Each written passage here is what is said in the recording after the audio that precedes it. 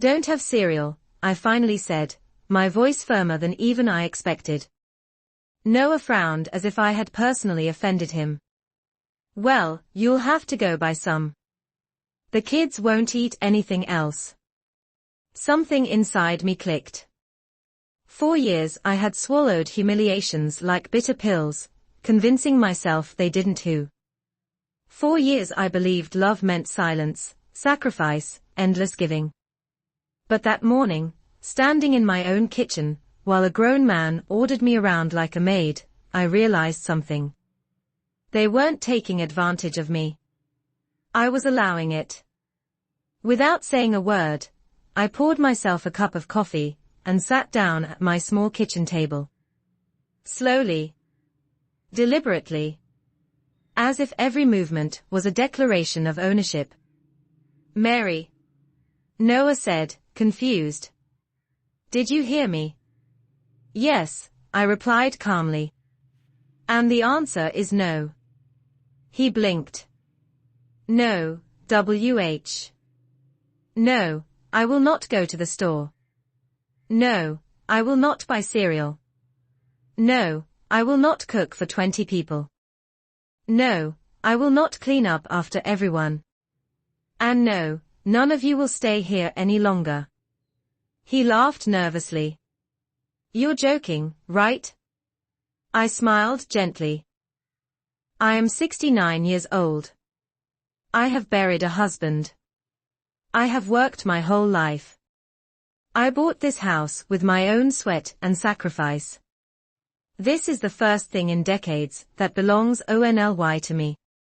And I will not let anyone take that from me. Not you. Not your children.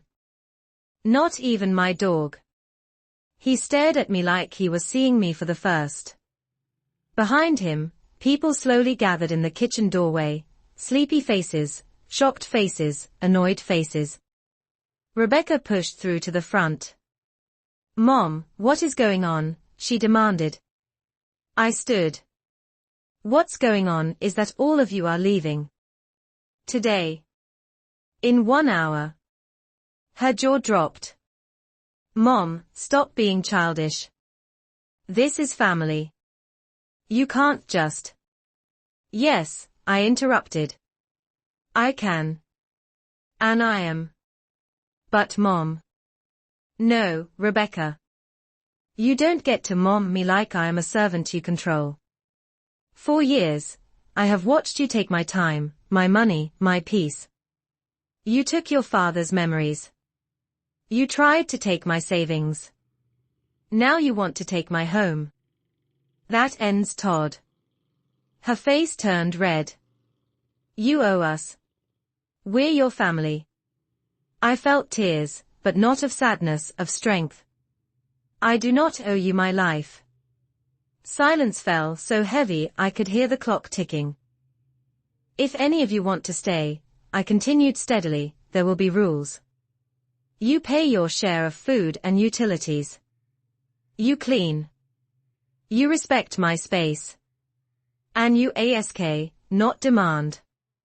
If that doesn't work for you, the door is there. David scoffed. This is ridiculous. We're not paying to stay in family's house. Then you are free to leave, I replied simply. For the first time in years, I watched grown adults panic without looking at me for rescue. They whispered. Complained. Grumbled. Some were offended. Some were embarrassed. Some were simply stunned, because the silent woman they used like furniture had finally found her voice. Rebecca tried one last time, softer now. Mom, please don't do this. You'll be lonely. I reached out and touched her cheek. No, sweetheart. I was lonely when you treated me like I didn't matter. I am not lonely when I protect myself. One by one, suitcases rolled back out the door. Children were gathered. Coolers carried away. Angry glances were thrown. Disbelief hung in the air. But they left. All of them. When the last car disappeared down the road, the silence returned. But this time it didn't feel heavy. It felt sacred.